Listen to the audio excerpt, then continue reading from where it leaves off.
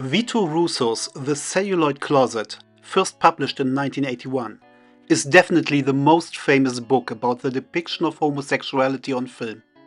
But just like Images in the Dark, which I mentioned in my last video, it concentrates on features. There's only a single paragraph talking about two short films which are simply too important to ignore. Kenneth Anger's Fireworks and Jean Genet's Un Chant d'amour, which is arguably the most influential gay short film ever made. Let's check out why.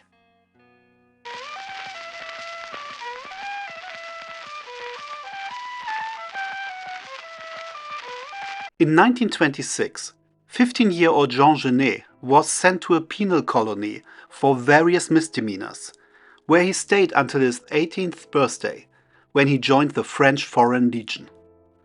He was dishonorably discharged after being caught with another guy, and roamed across Europe for a few years, selling his body and stealing to survive. In his late 20s, he returned to Paris and spent the next decade in and out of prison, where he wrote 5 novels, 3 stage plays and several poems, which often portrayed criminals and outcasts as its heroes and openly depicted homosexuality. I'm homosexual. How and why are idle questions. It's a little like wanting to know why my eyes are green. A lot of his work was influenced by his own life experiences, like the prison play Death Watch, which is very dear to me because I played Maurice for 2 summers. Jean Genet almost faced life imprisonment after his 10th conviction, but a group of famous French intellectuals, including Jean-Paul Sartre, Jean Cocteau and Simone de Beauvoir, intervened on his behalf, and he received a presidential pardon in 1949. He spent the rest of his life as a writer and political activist, protesting police brutality against immigrants and publicly supporting the Black Panthers and the Palestinian resistance. A few months after his pardon, he used his newfound freedom to direct his only film, the silent 26-minute-long Un Chant d'amour. The title translates to A Song of Love, which is the first indicator that this is not your typical 1950s view of homosexuality. Considering its prison setting, it starts with a surprisingly romantic image. A warden watches a prisoner trying to give an inmate some flowers by swinging them to the window of the adjacent cell. It's very likely a symbolic scene and not really happening. How did the prisoner even get those flowers? But it perfectly encapsulates all of the film's themes. Lovers separated by walls and society, ingenious ways to get close to each other anyway, and also voyeurism.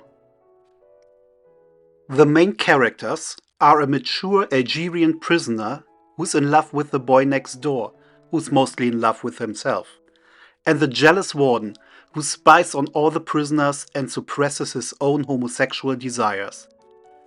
It's simultaneously very dirty. There are several masturbation scenes, full frontal nudity and erections, and I'm not showing you any of those here. And also really tender. In its most famous scene, the 2 inmates share a symbolic, let's call it kiss, by blowing cigarette smoke through the wall. It was a few years before modern cancer research, so yes, this was meant to be hot, and it definitely is. Later, when the warden in his jealous rage starts to beat the older inmate, he dreams of running away with the twink into the woods. His fantasies are lyrical, once more using flowers as a symbol of romance. In contrast, the warden's fantasies, all set against a black background, are more explicitly sexual and even violent. They culminate in the image of the inmate being forced to suck on the warden's gun, which against popular interpretation reads to me as another fantasy. After all the unresolved sexual tension, the film ends with a victory for the suppressed against the system. As soon as the warden's back is turned, the flowers finally reach their destination. Passion wins. But in real life, the authorities and mid-century moral attitudes had the final say. Just like Kenneth Anger's Fireworks, A Song of Love was instantly banned in several countries, and people who distributed or screened it were arrested. Unlike fireworks, judges did not see it as legitimate art. The Alameda County Superior Court saw it as cheap pornography, calculated to promote homosexuality. The District Court of Appeal of California agreed that it was nothing more than hardcore pornography and should be banned. And even the Supreme Court simply called it obscene. But of course, there were still underground screenings. And in the 70s and 80s, bans were lifted.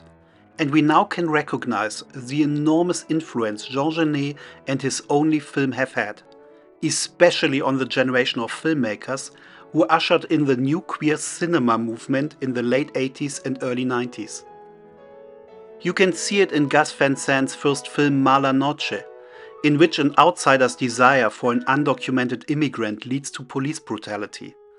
Or in Tsai Ming Liang's The Hole, which shows two isolated neighbors forming a connection when a plumber drills a hole in their floor and ceiling. Sachin Jain's experimental short Un Chant d'amour, A Scaffolding of Love, exchanges the prison cell for a gay man's apartment during the COVID lockdowns in Mumbai. Todd Haynes' first feature, Poison, goes one step further and is partly based on the novels Jean Genet wrote in prison.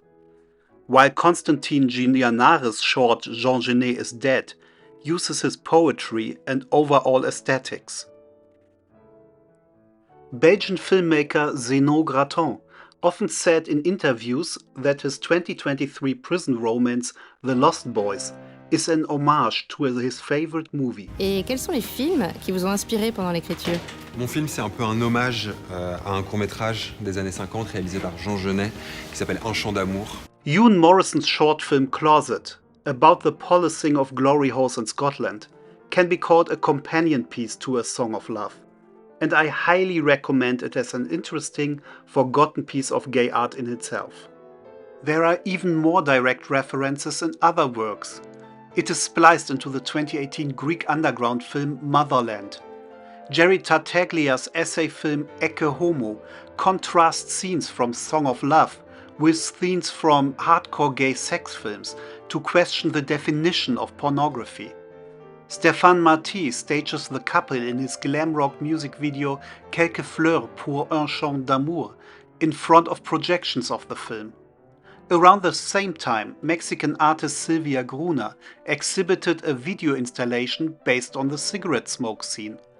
Both that project and 2012's Un Chant d'amour nouveau do nothing for me. But hey, they exist.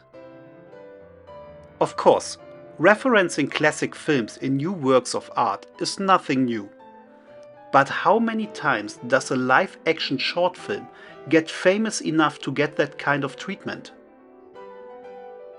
For a gay short, it's practically unheard of. There are several reasons why A Song of Love still inspires even SoundCloud rappers today. First of all, it's very good.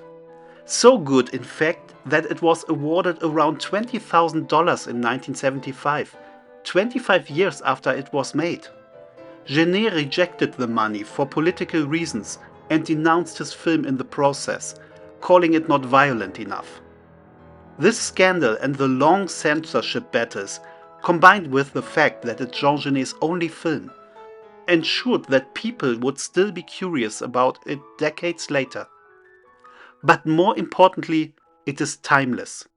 As noted film critic Rihanna would put it, it's about finding love in a hopeless place.